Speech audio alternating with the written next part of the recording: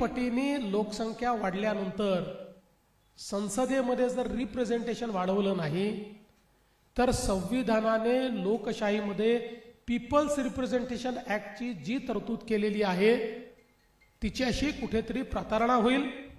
आणि म्हणून अतिशय विन विन फॉर्म्युला आपण काढला. सगळ्यांचं मत होतं जागा वाढल्या पाहिजेत पण नॉर्थ साऊथ डिवाइड होईल. नॉर्थ साऊथ डिवाइड ही पूर्णपणे त्या ठिकाणी मोदीजींनी अवॉइड केली.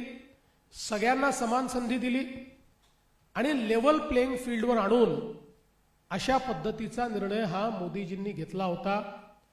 पण 2023 साली ज्या लोकांनी याला समर्थन दिलं की डिलिमिटेशन हे सेन्सस नंतर होईल, डिलिमिटेशन हे कशा पद्धती महिला आरक्षण विधेयक हे डिलिमिटेशन आणि सेन्सस प्रमाणे लागू होईल, त्याच लोकांनी हे लक्षात आल्याबरोबर की आता एनडीएकडे 2/3 मेजॉरिटी नाही आहे, सरड्यासारखा रंग बदलला, आपले खरे दात बाहेर काढले आणि या विधेयकाच्या विरोधात मतदान केल्यामुळे विधेयकाच्या बाजूने 298 आणि विरोधात 231 मतं पडली.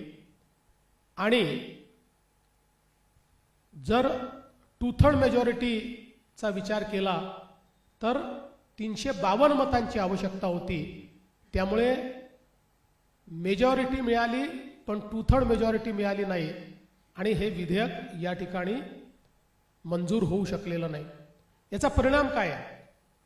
याचा परिणाम असा आहे की लोकशाहीमध्ये महिलांच्या सहभागितेचा मृत्यू झालेला आहे, त्याची हत्या झालेली आहे.